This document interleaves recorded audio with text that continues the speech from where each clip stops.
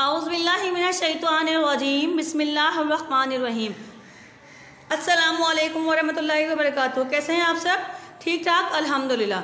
जी class, आज हम पढ़ने जा रहे हैं क्या? आज हम एक नया सबक पढ़ने के लिए जा रहे हैं। उससे पहले हम पढ़ेंगे उसकी इस्लामी इत्तबात। पढ़िए मेरे साथ, बल्कि मैं खुद पढ़ूंगी। पढ़िए मेरे साथ, बल्कि आप। रब्बी ज़िदनी इल्मा, रब्बी ज़िदनी इल्मा। और अब हम पढ़ेंगे इसकी इस्लामी इत्तबात। इस्लामी इत्तबात क्या है? नबी अकरम सल्लल्लाहु अलैहि वसल्लम ने फरमाया, सफाई निस्फ ईमान है। हमारा ईमान, आधा ईमान हमारा सफाई पर डिपेंड करता है। अगर हम साफ सुथरा नहीं होंगे तो हमारा ईमान भी मुकम्मल नहीं होगा।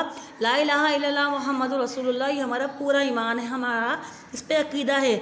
लेकिन इसको हमने पढ़ लिया, हम मुसलमान तो हो गए, लेकिन जब तक हम पाक सफाई का ख्याल नहीं रखेंगे, अपने इर्द गिर्द, अपने आप का, अपने मोहल्ले का, अपने गले का, अपने घर का, तो हम भी, हमारा ईमान का आधा हिस्सा चला जाएगा। तो ऐसा काम हमें नहीं करना, हमें पूरा ईमान चाहिए और इसके लिए हमें सफाई का बहुत ख्याल रखना है। आज का सबक है वो हमारा है आलूदगी।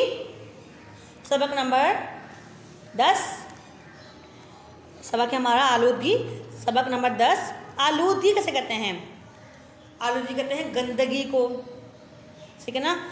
जहाँ पर गंदगी हो, सफाई का इंतज़ाम ना हो, वहाँ जो कचरा ढेर पड़ा हो, उसे आलूदगी कहते हैं। एहसन, मोहसिन और फिज़ा गांव जा रहे थे दादाजान के पास। दादाजान ने उनको बुलाया था। बच्चों ने खुशी खुशी तैयारी की और लारी अड्डा रवाना हो गए। लारी अड्डा बोलते हैं जहाँ पर बसों का अड्डा, जहाँ पे बसें बहुत सारी होती हैं, मुख्तलिफ शहरों में जा रही होती हैं, वहाँ पर उसको लारी अड्डा बोलते हैं। रास्ते में ट्रैफिक का धुआं और बहुत ज़्यादा शोर था। लारी अड्डा पहुँचते पहुँचते बच्चे बस में सवार हुए। बस की रवानगी में देर थी। बस चलने का इंतजार करते हुए इधर उधर देखने लगे। लारी अड्डे पर सफाई का इंतजाम इंतहाई नाकिस था, इंतहाई ख़राब था, बहुत ज़्यादा बुरा हाल था लारी अड्डे पर। जगह जगह गंदगी, कूड़े के ढेर नज़र आ रहे थे। लोग मशरूबात के खाली डब्बे, प्लास्टिक के थैले, फलों के छिलके और खाने पीने वाली चीज़ों के लिफाफे इधर उधर फेंक रहे थे। गंदगी, कूड़े और कूड़े के ढेर पर मच्छर और मक्खियाँ भिन भिना रही थी। ठेलों और दुकानों में रखी हुई खाने की चीज़ें, खाने पीने की चीज़ों पर मक्खियाँ और उड़कर बैठ रही थी। लोग जगह जगह पान की पीक और थूक फेंकते हुए नजर आ रहे थे। जी हाँ, ये तो जो दिख रहा है, जो मैंने पढ़ा है अभी, ये आपको तकरीबन हर जगह ही मिलता है। ऐसा तो कोई स्टॉप हो, कोई गली का कोना हो, कोई लारी अड्डा हो, कोई भी हो, आपको ये चीज़ें हर जगह मिलती हैं। क्योंकि हम सफाई का ख्याल नहीं रखते। हमने कुछ खाया, रैपर को बाहर फेंक दिया, या उस जगह फेंके जहाँ पे हम खड़े हैं, यहाँ पे हम बैठे हुए हैं। अगर हम ये काम शुरू नहीं करेंगे, इन चीज़ों को हम डस्टबिन में डालें या कोई जगह दी हुई हो कूड़ेदान उसमें डाल दें हम, तो हमसे अगर हम शुरुआत करें तो मे बी के ये काम आसान हो जाए सबके लिए। बच्चे सब देखकर बेजार हो रहे थे। आखिरकार बस चल पड़ी। बस जूं जूं शहर से बाहर निकली, गर्दो गुबार और शोर गुल में कुछ कमी आ गई। जी हाँ, अब जब जैसे ही बस चलने लगी, शहर से बाहर निकली, तो एकदम से मौसम थोड़ा चेंज होने लगा और जो मट्टी धूल थी वो भी अब कम होने लगी। सफ़र बहुत पुरसुकून और खुशगवार गुजरा। गाँव पहुँचते पहुँचते रात हो गई। दादाजान और दादाजान ने उन लोगों का गरम रूह से इस्तकबाल किया।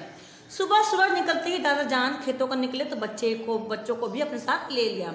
बच्चे खूब भागे, दौड़े, कूदे, फांदे। बच्चे फसलों की हरियाली और ताजगी देखकर खुशी से झूम उठे। खेतों के साथ नहर भी साफ शफाफ पानी बह रहा था। जी हाँ, गाँव का मंजर कुछ होता है, इतना अच्छा है कि गाँव जाके इंसान तरोताज़ा रहता है। गाँव का पुरसुकून माहौल, न गर्द, न गुबार, न धुआं, न शोर, न हंगामा, कुछ भी नहीं, सुकून वाला माहौल था। तो इंसान जाके वहाँ पे खुश होता है। ऐसा ने कहा, दादाजान, गाँव की मिजाज साफ होती है, बहुत भली है, बहुत अच्छी है। शहर की तरह ना यहाँ गाड़ियों का धुआं है और शोर है, ना ही गंदगी के ढेर हैं। ना गाँव बहुत साफ सुथरा होता है, ना शोर होता है, ना हंगामा होता है, ना गाड़ियों का धुआं होता है। इसके बरक्स शहर में सब कुछ ये हो रहा होता है। दादाजान ने जवाब दिया, ऐसा ही है, मगर यहाँ सहूलियात कम है, कारखाने और फैक्ट्रियाँ भी नहीं हैं, इसलिए माहौल साफ सुथरा है। जबकि शहर में साइंसी इजादात और सनअती तरक्की की वजह से अगर सहूलियात बढ़ रही हैं तो मसाइल भी बढ़ रहे हैं। इसी वजह से माहौल आलूदा हो रहा है। जी हाँ, जिस तरह से शहर में कारखाने देखते हैं, फैक्ट्रियाँ देखते हैं, गाड़ियाँ बहुत ज़्यादा हैं, शोर बहुत ज़्यादा है, इसलिए यहाँ पर आलूदगी भी, माहौल आलूदा भी बहुत ज़्यादा होता है। इसके बरक्स गांव में ये सब चीज़ें नहीं होता, ना फैक्ट्रियाँ होती हैं वहाँ पर, ना गाड़ियाँ होती हैं वहाँ पर, ना बड़ी बड़ी कारखाने लगते हैं वहाँ पर, इसलिए वहाँ की फिजा साफ सुथरी होती है। चलिए देखते हैं आगे क्या लिखा हुआ है। आगे वाले पेज पर हम किस तरह से माहौल को आलूदा कर रहे हैं और बचेंगे उससे। हम लिखा हुआ है, मौसिन ने पूछा दादाजान आलूदा का क्या मतलब है। दादाजान ने कहा, जब किसी साफ चीज़ में गंदी चीज़ शामिल हो जाए जो इंसानी सेहत के नुकसानदा हो, जैसे साफ पानी में मट्टी या जहरीले मादे शामिल हो जाएं तो वो आलूदा हो जाता है। इसी तरह साफ हवा में धुआं और गर्द और गुबार शुमार शामिल हो जाएं तो वो हवा भी आलूदा हो जाती है। जी हाँ, इस तरह हवा साफ हवा चल रही है, उसमें आपके फैक्ट्रियों का धुआं, गाड़ियों का धुआं सब निकलता है, आसमान में हवा में शामिल होता है, उससे हवा गंदी हो जाती है। फिजा दादाजान, मट्टी, जहरीले मादे, धुआं और गिर्द और गुबार और पानी में कैसे शामिल हो जाते हैं। दादाजान, कारखानों, फैक्ट्रियों और गाड़ियों का धुआं और गिर्द और गुबार हवा में शामिल होकर उससे आलूदा करते हैं। कारखानों गंदा पानी, जहरीले मादे नदी, नालों और दरियाओं में शामिल होकर पानी को आलूदा करते हैं। शोर और गुल भी माहौल को आलूदा करता है। इसे मैं बताया मैंने आपको वजह से। आगे, फिजा मासूमिया से क्या तरक्की करने के नुकसान भी होते हैं। दादाजान ने फिजा को कहकर लगाया और कहा, नहीं, ऐसा हरगिज नहीं होता। ऐसा तो इसका मतलब है कि माहौल को साफ ना रखने से गंदगी पैदा होती है जो आलूदगी का बायस बनती है। दादाजान, शाबाश बेटा, आप तो बहुत समझदार हैं। मौसिन, हमें आलूदगी से बचने का कोई तरीका बताइए। दादाजान ने कहा, अब बता रहे हैं तरीका कि हम किस तरह से एक साफ सुथरा माहौल को अपनी ज़िंदगी का हिस्सा बना सकते हैं, कुछ कोशिशें करके। कैसे? दरख्त अल्लाह ताला की बहुत बड़ी नेमत है। कुदरत इनसे हवा की सफाई का काम लेती है। इंसान को चाहिए कि साफ रहने के लिए, इंसान को जिंदा रहने के लिए साफ हवा की ज़रूरत होती है। इसलिए ज़्यादा से ज़्यादा दरख्त लगाने में भी माहौल साफ होगा। हमें घर, स्कूल और मोहल्ले को साफ रखना होगा। गाड़ियों, बसों और लाउड स्पीकरों के शोर को कम करना होगा। इस तरह से हम अपने माहौल को कुछ साफ करने में मददगार साबित हो सकते हैं। फिजा मासूमिया से फैक्ट्रियों और कारखानों के मालिकान को भी समझाना होगा कि वो माहौल को साफ रखने और आलूदगी से बचने में हमारी मदद करें।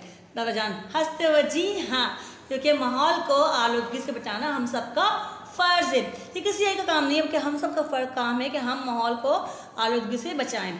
ऐसा माहौल की आलूदगी हमारे लिए कैसे ख़तरनाक है। दादाजान, माहौल की आलूदगी की वजह से तमाम जानदार मुतासिर होते हैं, चाहे वो हवा में रहते हों या पानी में या फिर ज़मीन पर आबाद हों। आलूदगी की वजह से इंसान भी सांस की बीमारियों, जिल्द की बीमारियों और पेट की बीमारियों में मुब्तला हो जाता है। शोर की आलूदगी से इंसान गुस्से और चिड़चिड़ेपन जैसी आसाबी बीमारियों का शिकार भी हो जाता है। जी हाँ, इंसान, ज़मीन पर रहने वाले, आसमान पर रहने वाले परिंदे और पानी में रहने वाले जानवर भी मुतासिर होते हैं, और इंसान तो मुतासिर हो ही रहा है। इंसान को बीमारी लगती है, जिल्द की बीमारियाँ, पेट की बीमारियाँ भी इन आलूदगी की वजह से लगती हैं, और शोर की वजह से इंसान गुस्से और चिड़चिड़ेपन का शिकार हो जाता है। दादाजान ने आखिर में बच्चों को नसीहत की, ये सारी मुफीद बातें शहर वापस अपने हम जमातों और दोस्तों को बताइएगा। इस तरह माहौल को आलूदगी से बचाने में वो भी आपके साथ ही बन जाएंगे। जी हाँ, हमें माहौल को साफ सुथरा रखना हमारा फ़र्ज़ है।